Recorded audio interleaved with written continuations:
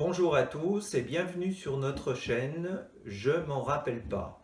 Aujourd'hui, nous allons aborder deux choses, les symptômes avant le diagnostic de la maladie d'Alzheimer et ensuite les examens qui viendront par la suite pour amener au diagnostic. Tu peux nous expliquer quels étaient les symptômes au départ? Alors, les symptômes de départ pour moi, ça a été des oublis, hein, bon, donc je travaillais encore à l'époque et effectivement j'avais de plus en plus d'oublis et d'ailleurs mes collègues de travail me le faisaient remarquer de plus en plus souvent. Bon, moi, je pensais que voilà, j'étais fatigué et que voilà, ça peut arriver à tout le monde. Sauf qu'avec le temps qui passe, ça s'est détérioré et à un moment donné, bon, bah, mon employeur a commencé à se poser des questions et encore après, bah, ils m'ont licencié en fait, hein. C'est comme ça que ça s'est passé. Est-ce que à ce moment-là, tu as fait des examens pour savoir pourquoi il y avait des pertes de mémoire? Alors j'ai fait des examens effectivement au départ, notamment un IRM en 2015 qui n'a pas donné de réponse particulière par rapport à la maladie d'Alzheimer. Ça veut dire qu'on voyait rien sur l'IRM? Tout à fait, il n'y avait aucun signe qui pouvait parler de maladie. En 2015, à part l'IRM, qu'est-ce que tu as fait comme test? Alors j'ai rencontré une neuropsy qui m'a fait des tests poussés.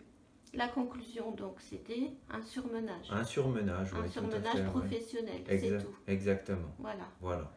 Alors pourquoi, à un moment donné, tu as continué à faire des examens?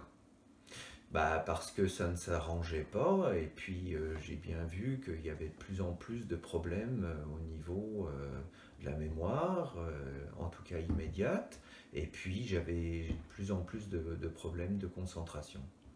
Est-ce que ton entourage te faisait remarquer les pertes de mémoire?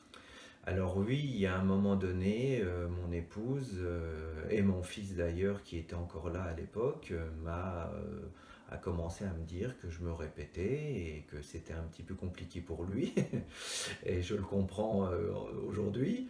Et voilà, donc voilà, mais en tout cas, rien pour l'instant au niveau d'un Diagnostic. diagnostic quelconque. Alors, les autres examens, d'après ce que j'ai compris, amènent à 2017. C'est ça. Voilà. Qu'est-ce qui s'est passé donc en 2017 au niveau des examens?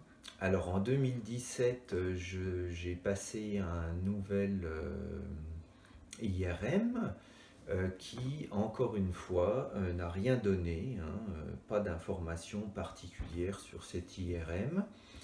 Donc voilà, je suis reparti de la case départ en fait. Alors, parallèlement, tu as vu un autre neuropsy. Exactement, donc j'ai vu un neuropsy qui a poussé un petit peu les tests, hein. C'était assez important. Et là, il m'a quand même dit que j'avais enfin, Score. un score qui était vraiment égal à quelqu'un qui a la maladie d'Alzheimer aujourd'hui. Voilà, il m'a pas, il sait pas, enfin, il n'y avait pas de doute possible pour lui. C'est la première fois que tu as entendu parler de la maladie d'Alzheimer. Tout à fait, Et donc, cette personne, le neuropsy, en 2017, t'a recommandé de faire d'autres examens. exactement. Alors, quels ont été les autres examens qui ont été menés sur 2018?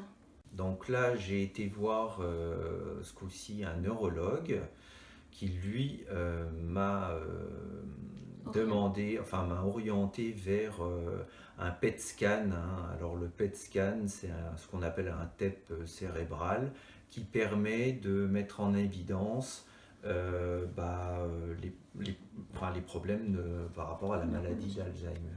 Voilà. Approche le PET scan. Voilà. Voilà, Donc c'est un examen qui permet de voir le cerveau en couleur. voilà, exactement. Et si ces couleurs-là ne sont pas assez prononcées, Mhm, ça veut dire qu'il y a des zones qui fonctionnent moins bien. exactement, Voilà. exactement. D'accord. Voilà. Alors, Le donc, résultat du PET scan a-t-il mis en évidence la maladie d'Alzheimer? oui, tout à fait, oui. Il a été, je dirais, confirmé par ce qu'on appelle comment dire, une ponction lombaire. Voilà, je vais y arriver. Est-ce que c'est vraiment la ponction lombaire qui est l'examen le plus fiable? Tout à fait, oui, c'est la ponction lombaire. En fait, le TEP cérébral, hein, comme on l'appelle aussi, donne des informations très, très précises, mais la confirmation doit se passer par une ponction lombaire. Est-ce que tu peux nous expliquer comment a eu lieu la ponction lombaire et si c'est douloureux? Alors dans mon cas, ça s'est plutôt bien passé, hein. Enfin, après, il y a des gens qui supportent ça un petit peu moins bien, hein, mais globalement, voilà, on est obligé de passer par là. Tu peux nous rappeler l'objectif de la chaîne?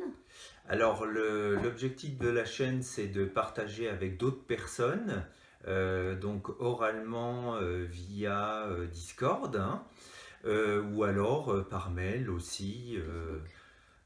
Et sur Facebook aussi, bien sûr, hein, voilà, afin de partager avec d'autres L'expérience. personnes les expériences, etc. Donner des informations aussi? Oui, donner des informations précises si des gens ont une demande particulière, j'essayerai d'y répondre le plus rapidement possible, hein. Et l'idée d'origine, c'est quoi exactement?